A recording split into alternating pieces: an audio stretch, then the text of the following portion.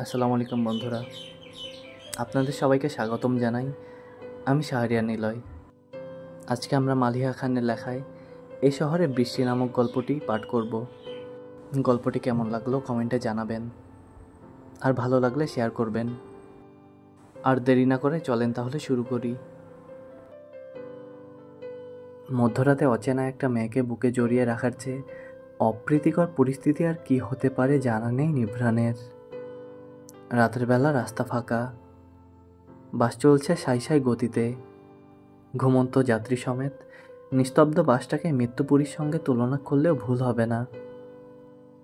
অবশ্য চট্টগ্রাম টু ঢাকার সিটিং বাসে রাত কাটানোর জন্য ঘুমের বিকল্প নেই। বাইরে বৃষ্টি নেমেছে, ঝমাঝম শব্দে মন মাতানো আভাস প্রকৃতির আনাচে কানাচে। মেয়েটা বসেছিল জানালার পাশে। বাসের অন্য সব জানালা খোলা থাকলেও ঝড়ো বাতাস শুরু হওয়া মাত্রই এই জানালাটা আটকে দিয়েছিল সে। বৃষ্টি প্রচণ্ড প্রিয় হওয়া সত্ত্বেও তখন যেচে পড়ে কিছু বলেনি নিভ্রান। পাশের মেয়েটা তাকে গায়ে পড়া স্বভাবের ভাবে। হাত বাড়িয়ে জানালাটা খুলে দিল নিভ্রান। সঙ্গে সঙ্গে বৃষ্টির ছাতওয়ালা দমকা হাওয়া ছুঁয়ে দিল তার সর্বাঙ্গ। পরম আবেশে চোখ বুজে ফেলল। বৃষ্টি তার সাংঘাতিক পছন্দের। মেয়েটা দুর্বল স্বরে গঙ্গাচ্ছে। সেই করুণ সুরে চোখ মেলল নিভ্রান। পূর্ণ দৃষ্টিতে নিচের দিকে তাকাতেই মেঘেদের আলো ঝলকানিতে কয়েক মুহূর্তের জন্য স্পষ্ট হয়ে উঠল নয়নাভিরাম সৌন্দর্যে ঘেরা চেহারাটা। মেয়েটার গায়ের রং একটু বেশি সাদা, চেহারায় নিদারুণ সারল্যতা, তবু অতি অপরূপের মাঝেও সব কেমন ফ্যাকাশে, নিষ্প্রাণ। মুখশ্রীতে ক্লান্তিকর মলিন ছাপ ফুটে উঠেছে। আলোর ঝাপটা চলে গেল, আবারও আধারে ডুব দিল বাহু জগৎ। তপ্ত শ্বাস ছাড়ল নিভ্রান। বাতাসে মেয়েটার মাথার ওড়না কাঁধের ওপর পড়ে গেছে। চুল উঠছে লক্ষ্যহীনভাবে, চোখে মুখে আশ্রে পড়ছে বারবার। দ্বিধাগ্রস্ত হাতে কয়েকবার চুলগুলো কানের পিছে গুজে দিল নিভ্রান। লাভ হলো না, অবাধ্য চুল উড়েই যাচ্ছে। উপায়ন্তর না পেয়ে হাতে পড়া শখের রাবারের রিচব্যান্ডটা খুলে নিল নিভ্রান। চুলগুলো আলগোছে গুছিয়ে ঢিলেঢালা একটা ঝুঁটি করে মাথার ওড়নাটা ভালো করে তুলে দিল। মেয়েটার শরীরে জ্বর আছে, কাছাকাছি থাকার ফলে কপাল না ছুঁয়েই বোঝা যাচ্ছে। নিভ্রান একবার ভাবলো ডেকে তুলে দিবে, ফের ভাবলো থাক, ঘুমোচ্ছে ঘুমোক, ডাকার দরকার নেই। শরীরটা হয়তো খুব অসুস্থ। মেয়েটার বয়স বড় জোর 22 কি 23 হবে। এতটুকুন মেয়ে একা একা অসুস্থ শরীর নিয়ে কেন রাতে জার্নি করছে, ব্যাপারটা বেশ ঘোলাটে লাগলো নিভ্রানের। মাথায় একঝাঁক প্রশ্ন নিয়েই আবারও চোখ বুজল নিভ্রান। তন্দ্রা ঘরে একটু আচ্ছন্ন হতেই সশব্দে ডুকরে কেঁদে উঠল মেয়েটা। তাড়াহুড়ো করে চোখ মেলল সে। মেয়েটা কাঁদছে, নোনা জলে বুক ভিজছে, বারবার গঙ্গাচ্ছে, আর কোমরের দিকে শার্টটা এমনভাবে মুচড়ে ধরছে যেন এখনই ছিঁড়ে ফেলবে। কান খাড়া করল নিভ্রান। একটু মনোযোগ দিতেই বুঝতে পারল মেয়েটা বাবা বাবা করে এলোমেলো বলি আওয়াচ্ছে। এবার প্রচণ্ড মায়া হলো। দ্বিধাদ্বন্দ্ব ভুলে গালের পানি মুছিয়ে দিল নিভ্রান। শার্ট ধরা হাতটার ওপর আলতো করে হাত রাখতে মেয়েটা এমনভাবে তা আঁকড়ে ধরল যেন কোনো খেই হারা নৌকা শত প্রতীক্ষার পর একটা শক্তপোক্ত খুঁটি পেয়েছে। ছেড়ে দিলেই সে আবারও ভেসে যাবে উত্তাল অনর্বে। ছোট করে শ্বাস ফেলল নিভ্রান। মাথার ওড়নাটা নামিয়ে স্নেহের সহিত কিছুক্ষণ চুলের ভাঁজে হাত বুলিয়ে দিতেই কান্না থেমে গেল। শান্ত স্নিগ্ধ তটিনীর মতো ঘুমিয়ে পড়ল মেয়েটা। মাথা থেকে হাত সরালো না নিভ্রান। স্নেহাদ্য নয়নে চেয়ে বুকের মাঝে আগলে ধরে রাখলো সারা রাত। আকাশে সূর্যের দেখা মিলেনি। কালো কালো স্তব্ধীকৃত মেঘ এখনো ঘুরে বেড়াচ্ছে নির্বিঘ্নে। বৃষ্টি পড়ছে গুড়ি গুড়ি। হিমশীতল ঠান্ডা পরিবেশ। একটু শীত শীত অনুভব হতেই ঘুম ভাঙল রাত্রির। চোখের ওপর কালো ছায়া। কয়েক মুহূর্ত লাগলো, নিজের অবস্থানটা বুঝে যেতেই খানিকটা চমকে উঠল সে। মাথাটা ঘুরিয়ে ওপরে তাকাতেই লোকটা চিবুক চোখে পড়ল। সিটে মাথা এলিয়ে ঘুমোচ্ছে, হাতটা তার চুলের ভাঁজে ডুবানো। লজ্জা ভয়ে অস্থির হয়ে উঠল রাত্রি। হুড়মুড় করে সরে যাওয়ার জন্য নড়তেই ঢুলু ঢুলু চোখে তাকালো নিভ্রান। রাত্রিকে সজাগ দেখে নিজেই হাতটা সরিয়ে নিল মাথা থেকে। এক ধাঁচে বসে থাকতে থাকতে পিঠ ধরে গেছে। বার কয়েক পিট পিট করল, চোখ পরিষ্কার করলো সে। হাত ঘড়িতে সময় দেখে নিল, সকাল 7:10। আপনার জ্বর কমেছে? ভরাট কণ্ঠে প্রশ্ন করল নিভ্রান। উত্তর দিতে পারল না রাত্রি। জড়সড় হয়ে স্তম্ভিত দৃষ্টিতে চেয়ে রইল শুধু। তার রাতে জ্বর এসেছিল? লোকটাই বা তাকে এভাবে কেন ধরেছিল? রাত্রির উত্তর না পেয়ে নির্দ্বিধায় তার কপালে হাত উল্টোপিঠ ছুঁয়ে দিল নিভ্রান। অপ্রস্তুত হয়ে পড়ল রাত্রি। নিভ্রান দ্রুত হাত সরিয়ে নিল, নরম গলায় বলল, জ্বর নেই। পানি খাবেন? একটু সময় নিয়ে মৃদুভাবে দুপাশে মাথা নাড়ালো রাত্রি। অপর হাত তখনও আবদ্ধ নিভ্রানের হাতের মাঝে। নিভ্রান আবারও সিটে মাথা এলিয়ে দিয়েছে, চোখে রাজ্যের ঘুম। রাত্রি ইতস্তত করল, নিমিলিত সংকুচিত কণ্ঠে বলল, হাত ছাড়ুন। মেয়েটার কণ্ঠটা চিকন, শুনতে খুব মিষ্টি লাগে। নিভ্রান হাসল, চোখ বন্ধ অবস্থাতেই স্পষ্ট ভাষায় বলল, আপনি ধরে রেখেছেন মিস, আমি নই। নিজের কাণ্ডে নিজের নির্বুদ্ধি, অর্থহীন হয়ে পড়ল রাত্রি। দ্রুত হাতটা ছেড়ে দিতেই নিভ্রান বুকের ওপর আড়াআড়িভাবে দুহাত ভাঁজ করে আরাম করে মাথা এলিয়ে বলল, পর্দাটা টেনে দিন। আর চোখে লোকটাকে ধারালো নজরে দেখে নিল রাত্রি। পরনে ব্ল্যাক কালারের পোলো শার্টের সঙ্গে ব্লু জিন্স, চেহারায় সুপুরুষ, চালচলনে আভিজাত্য ছোঁয়া। কথাবার্তায় ব্যক্তিত্বটাও তেমন নড়ে বড়ে লাগলো না। গোপনে একটা দীর্ঘশ্বাস ফেলল রাত্রি। সিটিং বাসে জানালার দৈর্ঘ্য পর্যন্ত লাল রঙের পর্দা দেওয়া। আস্তে করে পর্দাটা টেনে দিল সে। ঢাকা পৌঁছতে হয়তো আর ঘন্টাখানেকের মতো লাগবে। গতকাল বিকেলের দিকে শেষ খেয়েছে, রাতে কিছু খাওয়া হয়নি। সন্ধ্যায় রওনা দিয়ে বাসস্টপ পর্যন্ত আসতে আসতেই দেরি হয়ে গিয়েছে। মাথাটা ঝিমঝিম করছে, দুর্বল লাগছে খুব। ব্যাগ থেকে ফোন বের করলো রাত্রি। মায়ের নাম্বার ডায়াল করতে যেও থেমে গেল। মা এখন ঘুমের ওষুধ খেয়ে ঘুমাচ্ছে, ফোন ধরবে না। ফোনটা আবারও ঢুকিয়ে রাখলো সে। চোখ বুঝতেই বুঝলো মস্তিষ্কের টনটনে ব্যথাটা আবারও শুরু হয়েছে। ইদানিং আবার হুটহাট মাথা ব্যথা করে। এত ঝড়ঝাপটা হয়তো তার ছোট মস্তিষ্কটা সামলে উঠতে পারছে না। পরিবেশ থমকে আছে, আগত ঝড়ের পূর্বাভাসেই থমথমে ছাইরঙা গগন। হিমেল হাওয়া দলবল নিয়ে ছুটে বেড়াচ্ছে একুল থেকে ওকুল। বাস থেমে গেছে, তম্রসারা হানা দিয়েছে। চরম আলোকশূন্যতায় ভুগছে পরিবেশ। বাস থেমে গেছে স্টপে। যাত্রীরা নেমে যাচ্ছে ধাক্কাধাক্কি করে। গায়ের ওড়না খুলে ভালোমতো পেঁচিয়ে নিয়ে উঠে দাঁড়ালো রাত্রি। নিভ্রান ঘাড় ফিরিয়ে এক নজর দেখে নিল তাকে। মেয়েটা এক হাতে সামনের সিট ধরে অপর হাতে নিজের ব্যাগটা তুলে নিয়েছে। চোখে মুখে ঘোর দুর্বলতা, কেমন পানসে ফিকে হয়ে গেছে। অবিলম্বে হাত বাড়িয়ে দিল নিভ্রান। ব্যাগের দিকে ইশারা করে নমনীয় কণ্ঠে বলল, আমাকে দিন। রাত্রি মুখ তুলে তাকালো। স্বচ্ছ চোখের মণিজোড়ায় কয়েকটি সুন্দর মুহূর্ত কেটে গেল নিভ্রানের। কি অপূর্ব! ঘোর ভাঙল রাত্রির। আলতো স্বরে বলল, আমি পারবো। কথাটায় দ্রুত চোখের পলক ফেলল সে। জিভ দিয়ে ঠোঁটটা ভিজিয়ে নিয়ে রাত্রির হাত থেকে ব্যাগটা টেনে নিয়ে হাত বদল করে নিজের ব্যাগ আর রাত্রির ব্যাগ এক হাতেই তুলে নিল। রাত্রি আমতা আমতা করল, চোখটা ঘোলাটে হয়ে আসছে বারবার, মাথা ঘোরাচ্ছে। তবুও অন্যের ওপর নির্ভরশীল হওয়া তার স্বভাব নয়। আচমকায় বেসামাল হয়ে পড়ল সে। পর মুহূর্তে সামনের সিটটা শক্ত করে ধরে দুবার চোখের পাপড়ি ঝাপড়ে হাত এগিয়ে দিল। ব্যাগটার দিকে চেয়ে এলোমেলো স্বরে বলল, দেখুন আমি পারবো, দিন।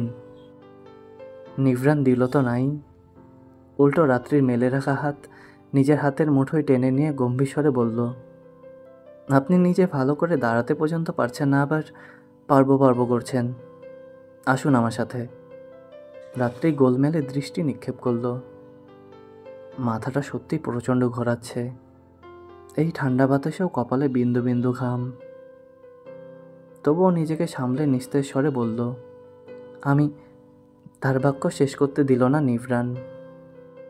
হাতটা টেনে নিজের একটু সামনে দাঁড় করিয়ে দাঁতে দাঁত চেপে বলল, চুপ করে আস্তে আস্তে নামুন। কথা বাড়ালো না রাত্রি। নিঃশব্দে নিভৃণের হাত ধরে রাস্তায় নেমে এলো। রাস্তায় পানি জমেছে, বাতাসের বেগ বেড়ে গেছে। নিভৃণ আশেপাশে তাকালো।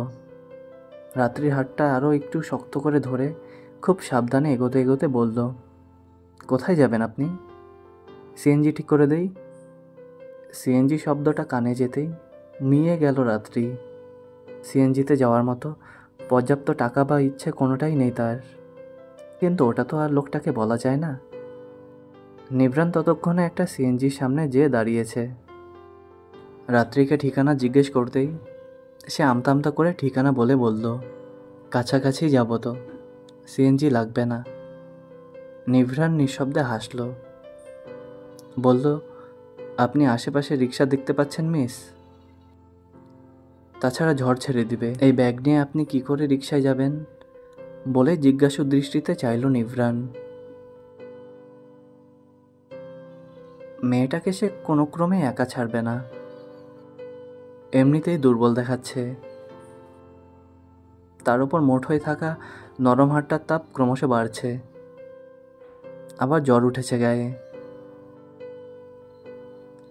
অসুস্থ মেয়েটাকে মাঝ রাস্তায় একা ছেড়ে দেওয়া কশিমনকালেও সম্ভব না তার পক্ষে।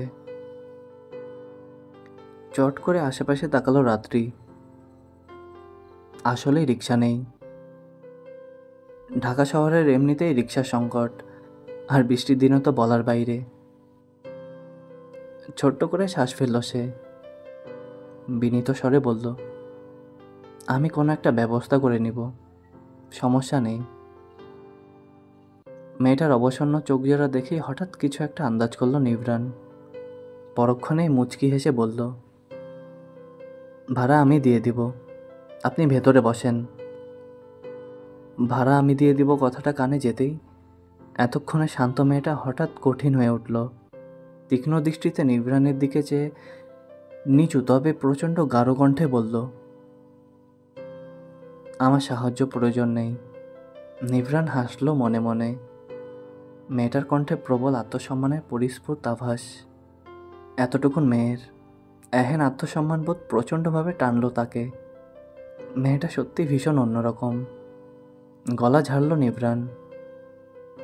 মুখের কথাগুলি গুছিয়ে নিয়ে মুচকি হেসে বলল, ঠিক আছে, তবে আপনাকে একা ছাড়াটা আমার সমীচীন মনে হচ্ছে না।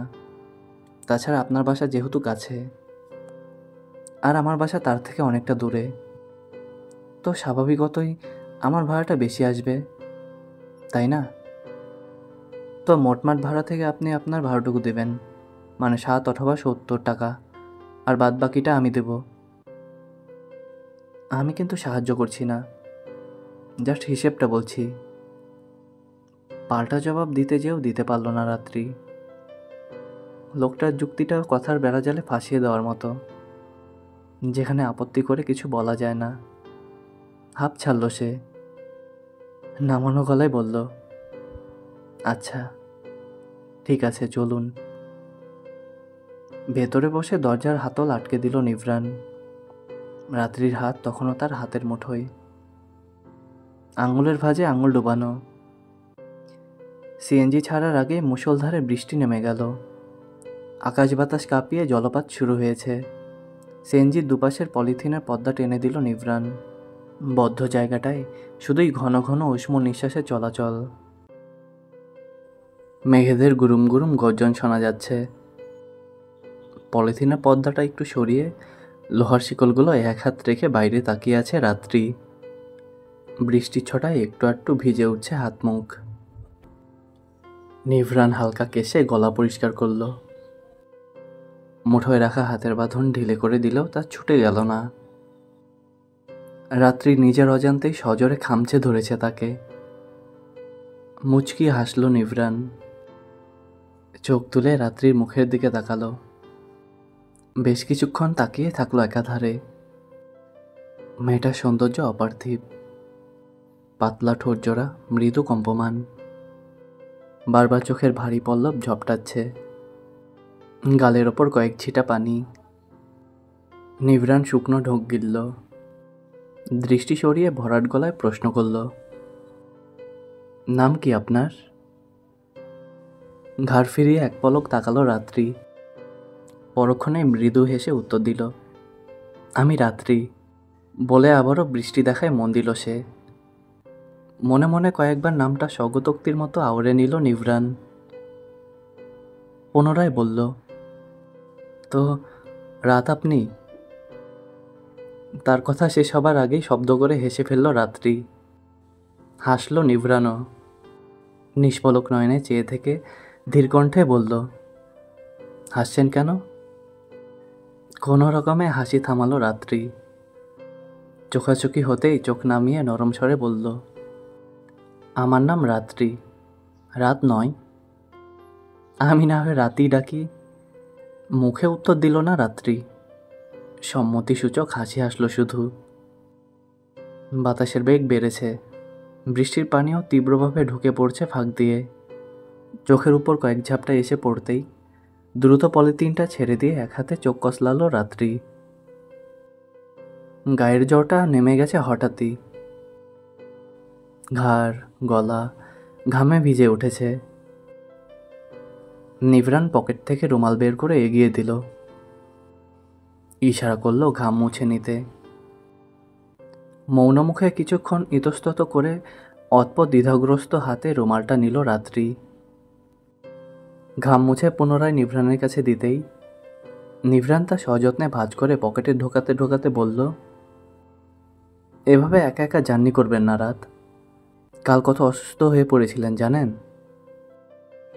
আমার অভ্যাস আছে, তৎক্ষণাৎ উত্তর দিল রাত্রি। খানিকটা অবাক হলো নিভরান। ঘাড় বাঁকিয়ে ভ্রু কুঁচকে বলল, অসুস্থ হবার অভ্যাস আছে? আবারও হেসে ফেলল রাত্রি। হাসতে হাসতেই বলল, জার্নি করার অভ্যাস আছে। এবার আর হাসল না নিভরান। গম্ভীর স্বরে বলল, এতটুকুন মেয়ে এত দূর জার্নি করেন কেন? আর করলেও রাতের বেলাটা অ্যাভয়েড করবেন, বুঝলেন? রাত্রির চোখে মুখে হঠাৎই অদ্ভুত এক কালো ছায়া খেয়ে গেল। হাসিটা থেমে গেছে। ঠোঁটের আকৃতিটাই ফুটে উঠেছে বিষাদের দাগ। মাথা ঝুঁকিয়ে মুখের ওপর উড়ে বেড়ানো কয়েকটা অগোছালো চুল কানের পিছে গুজে দিতে দিতে সে বলল, আসলে ওখানে আমার মা থাকে তো, একটা সমস্যা হয়েছিল, তাই তাড়াহুড়ো করে যেতে হয়েছে। কাল থেকে আবার ভার্সিটিতে পরীক্ষা শুরু হবে, তাই গত রাতেই রওনা দেওয়া ছাড়া উপায় ছিল না। আপনার মা ওখানে, তাহলে আপনি? আমি একা থাকি। মুচকি হেসে উত্তর দিল রাত্রি। নিভরান গভীর দৃষ্টিতে তাকালো। এই হাসিটার পিছে ঠিক কতটা কষ্ট লুকিয়ে আছে বুঝতে বিন্দুমাত্র অসুবিধা হচ্ছে না। কিছুটা হলেও আন্দাজ করতে পারছে মেয়েটার হয়তো বাবা নেই। বাবা ছাড়া একটা পরিবারকে ঠিক কতটা ঝড়ঝাপটা পোহাতে হয় তা সবাই জানে। মায়া হলো নিভরানের। তবে মেয়েটা সাহসের বাহুবা দিতে হয় অবশ্যই। ঢাকা শহরে ছোট্ট একটা মেয়ে একা একা থাকার চারটিখানি কথা না। চারিদিকে খারাপ মানুষজন ওত পেতে থাকে, কখন সুযোগ পেলেই ঝাঁপিয়ে পড়বে। প্রসঙ্গ এড়িয়ে গেল নিভরান। মেয়েটার মুখে বেদনা মানায় না। ব্যক্তিগত প্রশ্ন ছেড়ে সে বলল, কোন ভার্সিটিতে পড়েন? অকপটে ভার্সিটির নাম বলল রাত্রি। লোকটাকে একেবারেই খারাপ মনে হচ্ছে না, অভিজ্ঞতা আছে তার। মানুষের কথাবার্তার ভঙ্গি দেখলে সে বুঝতে পারে কার উদ্দেশ্য খারাপ আর কার উদ্দেশ্য সৎ। ভার্সিটির নাম শুনতেই চোখ বড় বড় হয়ে গেল নিভরানের। তার অফিসের কাছেই এই ভার্সিটি, কিন্তু মেয়েটার বাসা তো এদিকে। রোজ এত দূরের ভার্সিটিতে যায়? বিস্মিত কণ্ঠে সে বলল। আপনি যে ঠিকানা বললেন সেখান থেকে তো অনেক দূরে হয়ে যায়, কাছাকাছি বাসা নিলেই তো পারেন।